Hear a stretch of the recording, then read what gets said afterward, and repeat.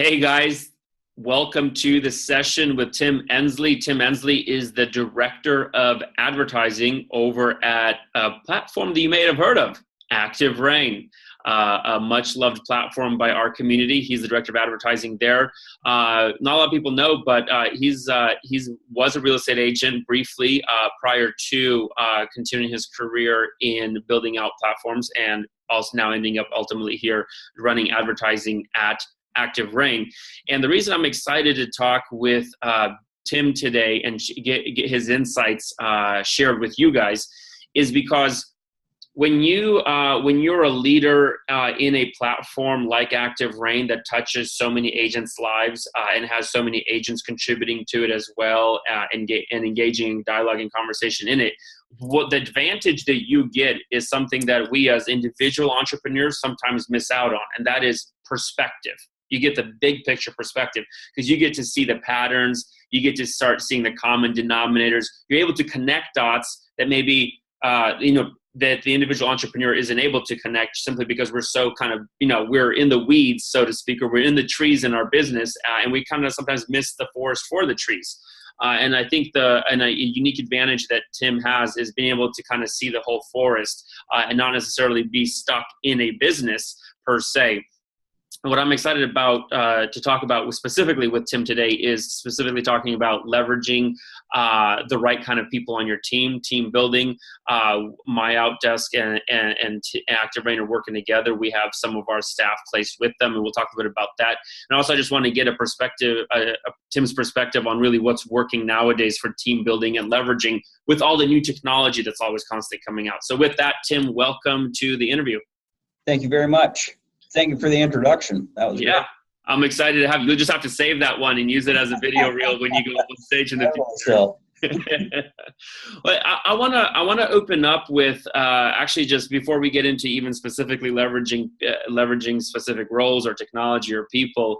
I'm curious: is there anything that you guys are seeing at Active Rain right now that's kind of a trend in terms of what's working, where the industry is headed, or certain things that are working better now that they were before from a technology perspective or from a marketing perspective, now here going into mid-2017 compared to maybe a year ago, 2 years ago, 5 years ago?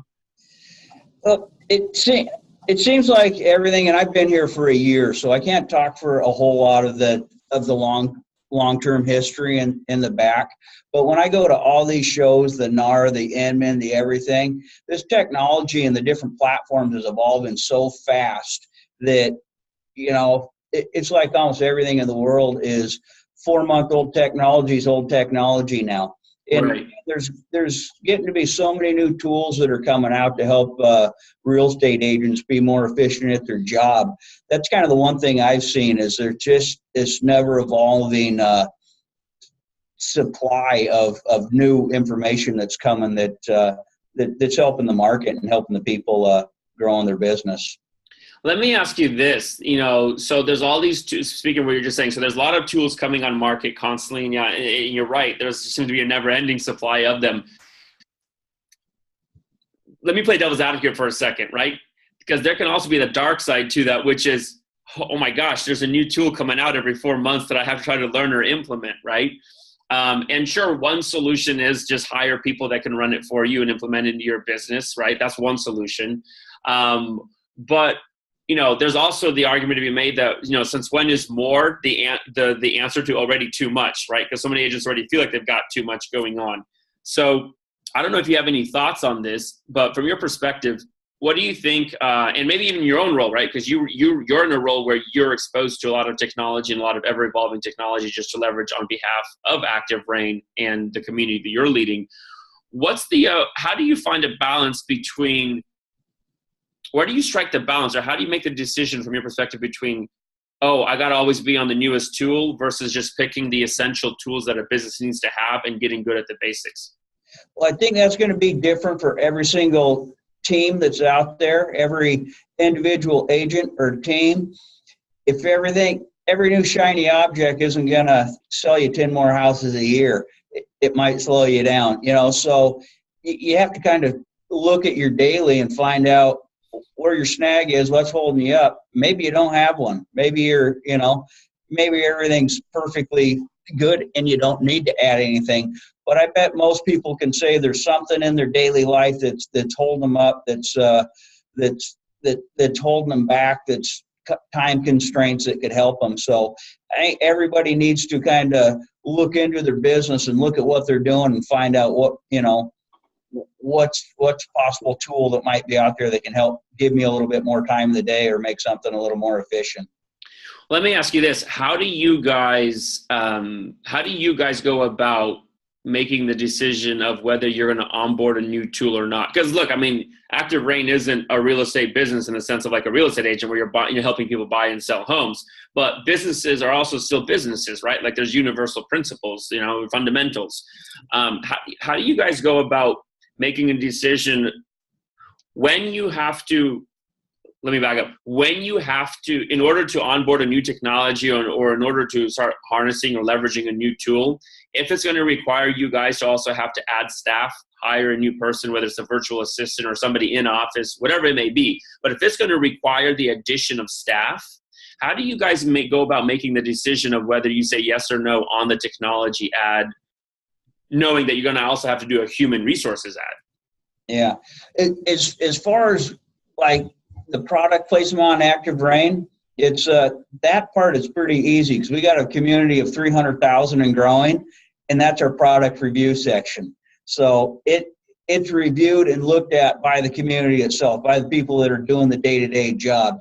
As far as our day-to-day and our staff and when we're going to hire new people to help out with what we're doing, because we are getting bigger and growing, that's, it kind of gets to you juggle too much until you drop something, and then you say, all right, I need someone to pick up that one that I can't juggle anymore. And so that's the growing pains of a lot of businesses, I think, is, you grow and then you juggle too much until something consistently drops and you say, you know what, I need someone to pick up that thing that I can't continue to carry anymore. And then we just move on, from there and find somebody to fit that niche. Right. That's a good perspective. So an agent listening today can ask themselves, what am I consistently dropping in the business? And that's probably time to fill a role that addresses that ball from dropping in the future. Yeah, definitely so. And I think we all have it. We all have a chore that it might be an easy one. It might be difficult, but it's going to take up time in your day. And you push that off to the corner of your desk, and you're going to get to it before the end of the day. But maybe this will say there's probably a fire that's going to start somewhere that's going to take precedence over that chore. So then you're going to do it first thing in the morning, and next thing you know, it's Wednesday, and it's still on the corner of your desk. Right. A lot of people don't know this, but you know this obviously. But Ben Kinney, who just purchased Active Rain recently, I believe, has 6 virtual assistants placed with MyOutDesk on the technical side, right? On the technical side of the business, and uses them effectively. And I know that you shared with me that you work with 2 of them a lot hands-on yourself, right? Correct. In driving the business. What do you have to say to real estate agents who have either A, never heard of the idea of using a virtual assistant, or B, don't think that using a virtual assistant could be effective, right? Because, you guys are working with quite a few of them. You yourself with 2 of them hands-on. You guys are running multiple businesses at this point. And obviously they're an integral part of your team. But I still feel like out in our community, there's this perspective that, a virtual assistant just can't do a good job. I'm curious to hear what your guys' learning lessons have been with having virtual assistants, the good and the bad. Yeah, so we're running 6 virtual assistants just on our technology company side, and I've lost count of how many technology companies Ben's running, but it's probably somewhere around 7, 8, 9 of them now. Okay. So we got a couple big ones, but just for me and Active Rain, I rely very heavily on 2 of the assistants. They create email templates for me. They do my ad flights for the month, scheduling it. They'll do ad creatives for me and get contents and shrink it down to make sure they fit, the pictures on Active Rain. So between the two people that I work with, there's not a half-hour time of the day goes by that I'm not sending a Slack message to them, an email to them. We'll get on phone calls once a week, and we'll talk about what goes over, and they're absolutely spectacular. And I don't go into the I don't know a whole lot of the back end. All I know is when I show up to work, they're there, and when I leave during the day, they're there, and very, very helpful, and they're on the mark. They're excellent. I love that. Thank you. Let's take a look at possibly is there a negative, right? So let's just look at both sides of the coin. I want to make sure we give a fair and balanced, review of it all to everybody who's listening today, who we might be considering, or somebody who's going through the team hiring process or team building process, right? I think in some roles, it does make sense to keep a person, in-house or, physically at the office. And there's other times when there's probably advantages to having them virtual. And you deal with both, right? You deal obviously with the team that's in-house and you deal with the team that's virtual. What would you say are the advantages and the disadvantages of a virtual team member? And then I want to follow up with you then to ask you, what kind of roles do you think are good for a virtual and what kind of roles do you think are better for in-house? But right now, let's just start with what are the advantages, but then also what are the disadvantages of having a virtual team member? Now, hold up a sec. I lost there we go. So I'd say advantages are many for me because I use them all the time right now. It just, okay. I send my email, I send my messages, and things just kind of magically get fixed, get answered, get taken care of. It's kind of like that, the funny with the dirty laundry, you throw it in there and then it's magically clean and folded on the Gotcha. Back on the dryer, so it's just taken care of.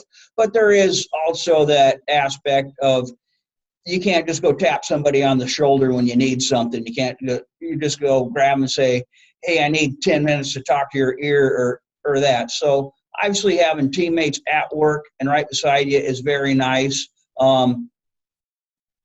You don't have that. You don't have the face-to-face, but for me, for what they do for me, I don't have, it just works. It works perfect.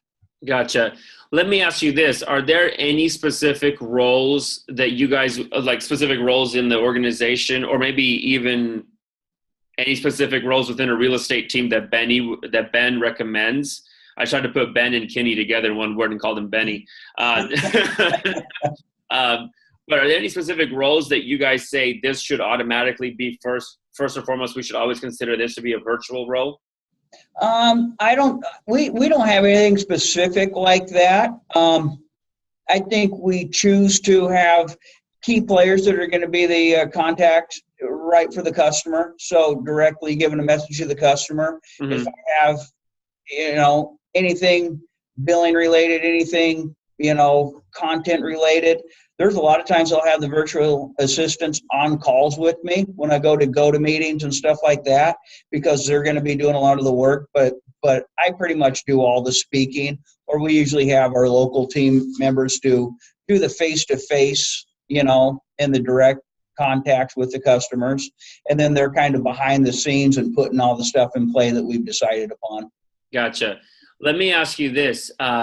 When you guys are running the virtual part of your team,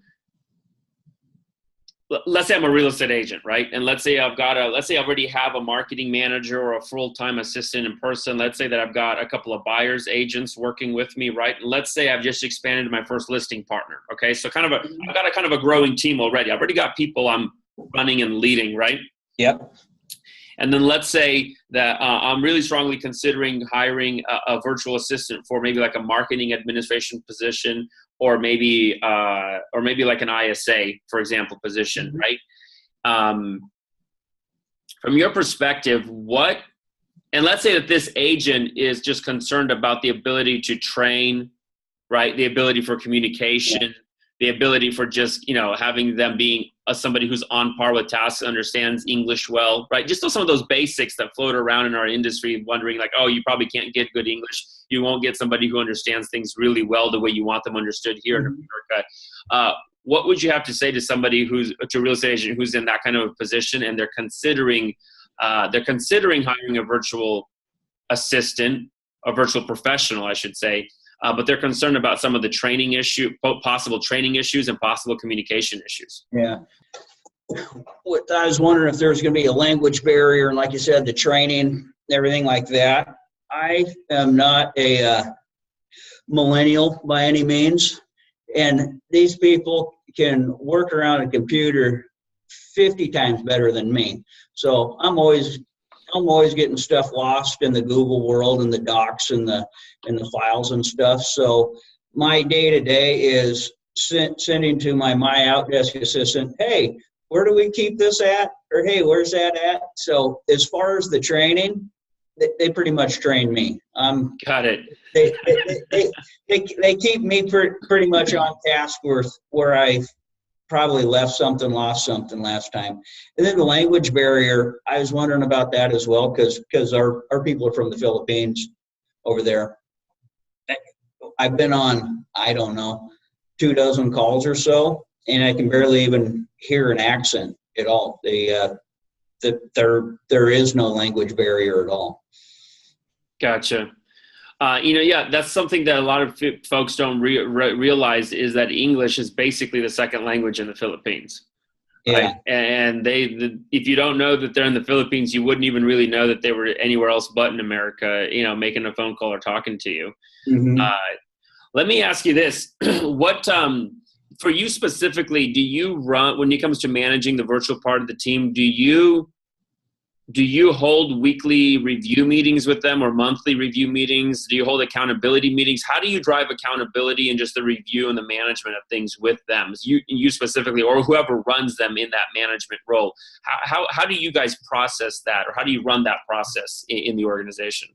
Well, so with the two people that I work with, I have one that does a lot of reaching out to customers for me that'll help me with the email templates and all that. And it's kind of my go-to sales rep, I guess you could say.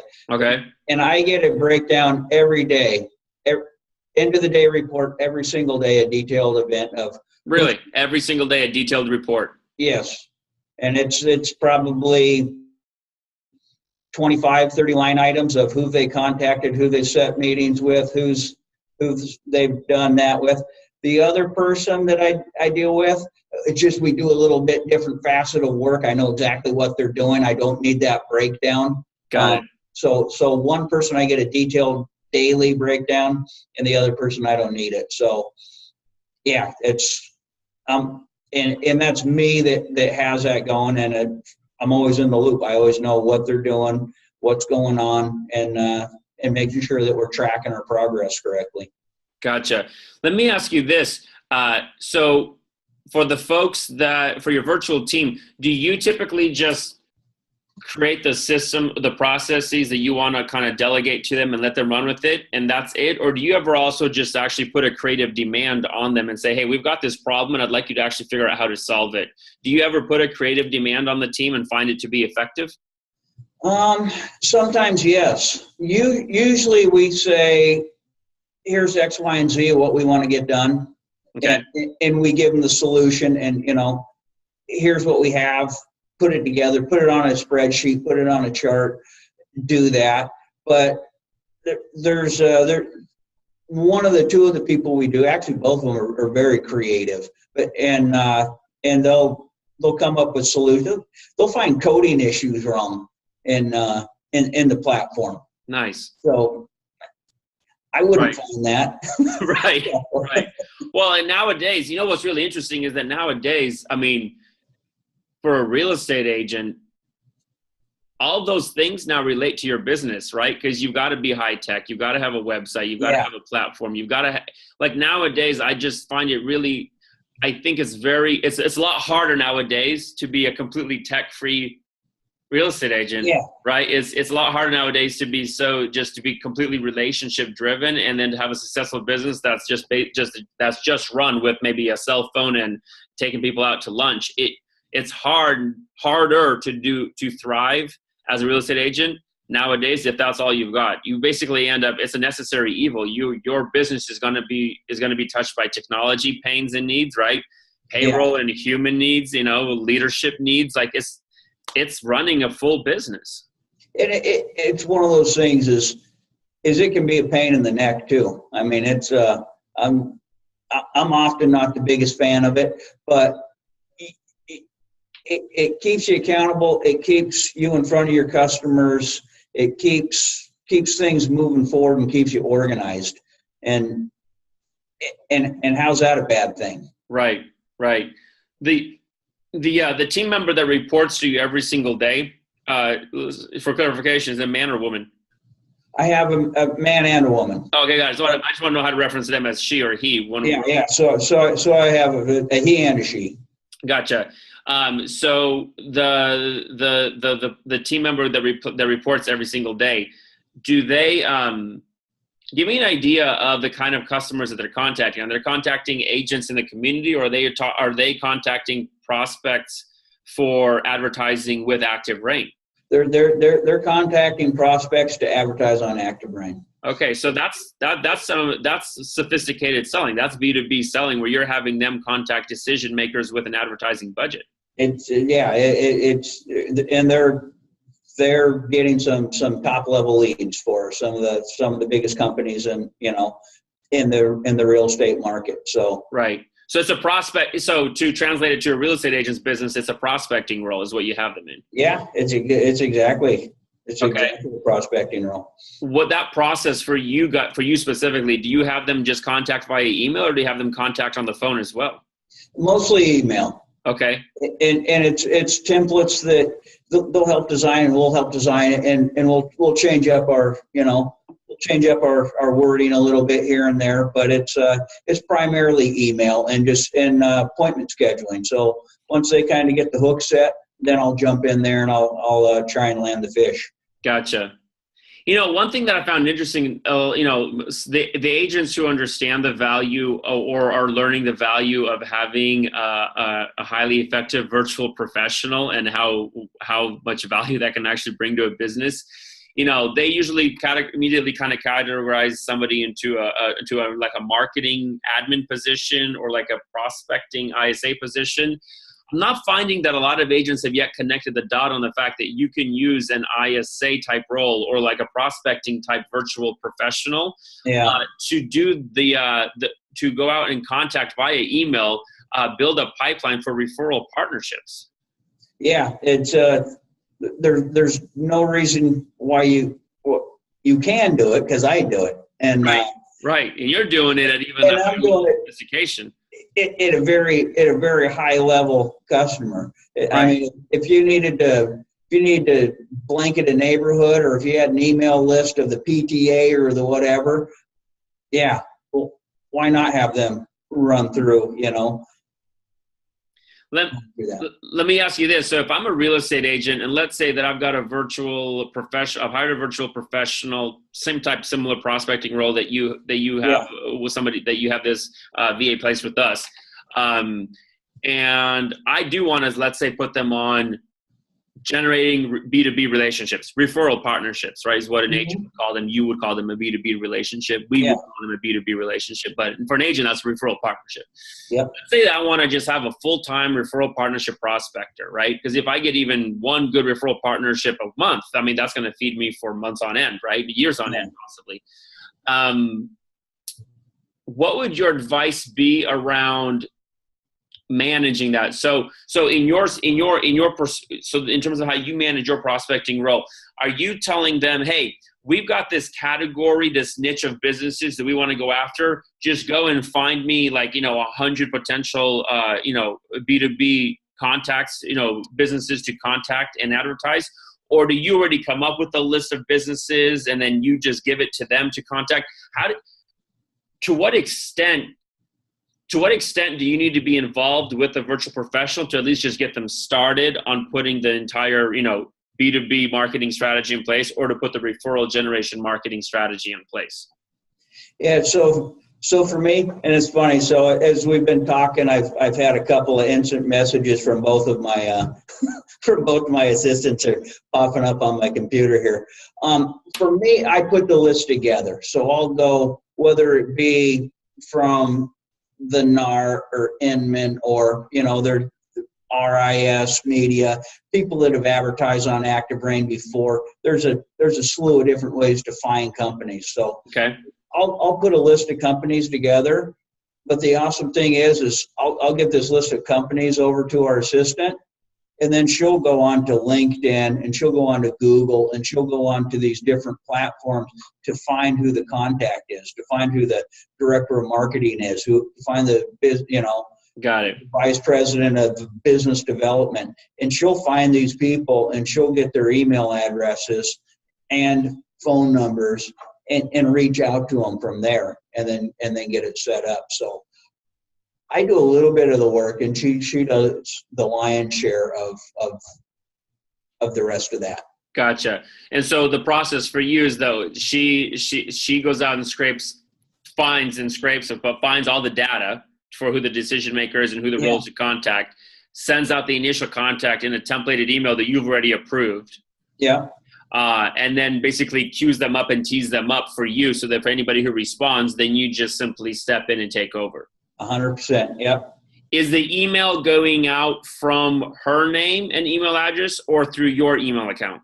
It's going out from her email address. Gotcha. So it's her own title, role in the company, and she's just working on Tim Ensley's behalf. Yeah. Yeah. And when the person responds, they just know that she's setting up a phone call between them and Tim Ensley. Yeah, yeah. They respond and they say, "Hey, Shri, I'm very interested in learning more about Active Rain. When can we set up a time?" Gotcha. Do you have any advice for, let's say that I'm a real estate agent and I do place a virtual professional on my team, and I want them to become my referral partner prospector, right? Like the kind of just that you're using your role right now, leveraging this role. Yeah. What do you advise? Because it's, again, fundamentals are all the same. So what do you find is working in your email templates and your email copy that gets people to respond? And how would that translate to what should agents put in that same template emails that they would give to a virtual professional to prospect for referral partners in their city or in their market? Like, what should go in an email that would get a good engagement rate? I change mine all the time just to track them. Okay. And I've noticed too long, people aren't going to read them. Okay, so keep it shorter. Well, yeah, I think the shorter and just straight to the point, and just some bullet points, and say, are you looking for sellers? Are you, I imagine so. So are you interested in selling your house? What's the price? Just something to get the conversation started, but not, I think shorter is the better. Gotcha. So if you're reaching out to a referral partner, just like, hey, I'm looking for referral partners, I can provide X, Y, and Z, right? Yeah. So I bring to the table, this is kind of what I'm looking for. Would you be interested in talking or meeting? Mm-hmm. Gotcha. Yeah. And then maybe put a stat or two down with, current referral partners, definitely earn X amount percentage, Gotcha. above. So people like seeing, a reason, Right. Let me ask you this. Do you include like an automated Calendly or Schedule Once link in the email for people to book themselves in your calendar? Or do you leave it a little bit more, or at the front end, do you still leave it a little bit more human and say, hey, just, respond if you're kind of basically like, if you're interested, let me know. I'd love to get together. And you still kind of keep playing the ping pong back and forth via email? Or do you include an automated calendar tool? No, we don't include an automated calendar. So if they reach back out and say, I'm interested, then my assistant has full view of my calendars. Okay. So and she runs the scheduling of it. 50. So depending on what the reply is, because I'm usually on the reply. Okay. If it's a reply with a whole bunch of technical questions or a whole bunch of questions, I'll just jump in there, answer the questions, schedule the meeting myself. If not, they just say, hey, can you do next Thursday at 2? She'll just send a meeting request for Thursday at 2. Gotcha. Well, and at that point, if somebody's responding with a bunch of technical questions, that's a pretty interested prospect, right? Or it's a conversation. It's worth your time at that point to step in. Yeah, and, definitely and engage. Yeah, definitely so. And I mean, that's what we're looking for. Right. Anyone that answers is a warm lead. Anyone that answers with some questions is just that much warmer. Right. Yeah, I'm just translating it over to how a real estate agent would see it. And the way I see it from a real estate agent's perspective is if a prospective referral partner responds with a bunch of technical questions about partnering up, that's a great conversation. That's a good use of my time, right? That's revenue producing activity. Yeah, exactly. To be talking with that person. Yeah. Let me ask you this, taking a step back, and I appreciate you answering all my granular questions. I know I can get super detailed, but sometimes it's the details that are really important, right? To just help people figure things out. Mm-hmm. You guys have a really strong active community at Active Rain, right? With 300,000 plus and growing, right? Yeah. And you guys have continued to be kind of a bastion or an icon in the industry for a very long time, right? Active Rain as a brand, as a platform. Yeah, 10 years now. Yeah. So let me ask you this: with you guys being able to continuously provide so much value and being an industry favorite, are you guys seeing any common conversations or threads right now in the forums, in the blog post comments, in terms of what are the typical challenges and pains that you most often see around team building and expanding one's business through hiring and firing? Oh boy. I know it's such an open-ended question, might be a little difficult, but are there any blog posts that you remember off the top of your head doing well, or are there any specific kinds of questions or comments that you typically see happen over and over and over again around specific types of roles or hiring or firing questions? It seems to get to, there seems to be a couple on that. There's the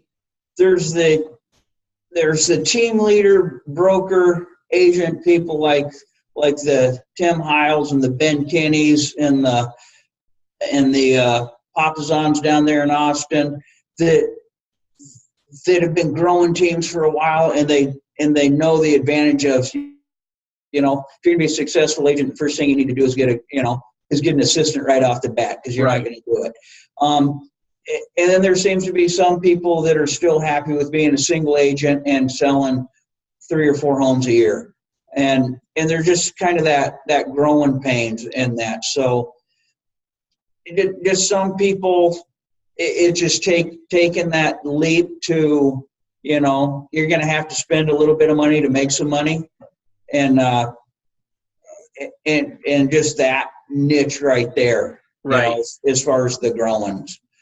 I was interviewing Nolly Williams the other day. He's a client of ours, and he was saying that it's not about whether can you afford to hire an assistant. It's about you can't afford to not hire an assistant if you want to grow your business. Yeah.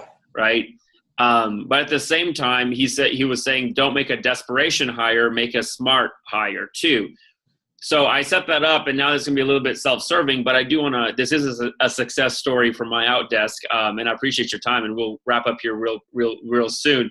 But I want to ask you, what's been your experience or difference in working with virtual professionals that have been placed for you guys by MyOutDesk, and what's it been like for you to work with MyOutDesk? You've got a highly visible role in a highly visible organization, right? Dealing with some pretty sophisticated and demanding customers and clients, right?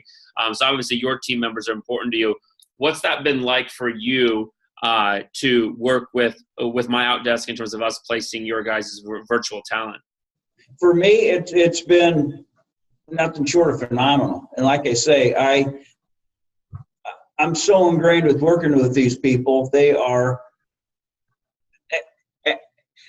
Active Rain wouldn't be growing like it is right now without the assistance that I get from my virtual assistants at MyOutDesk. So they help me with my job like no other. I'm not saying other people couldn't do it, but the people that we have from MyOutDesk have been great in helping me and helping the rest of our team, with a bunch of the, I don't want to say mundane because it's very, very important, but a bunch of the tasks that just take a lot of time that take away from the more important parts of my day, which is, recruiting the bigger companies and landing the bigger companies to put out there to the platform.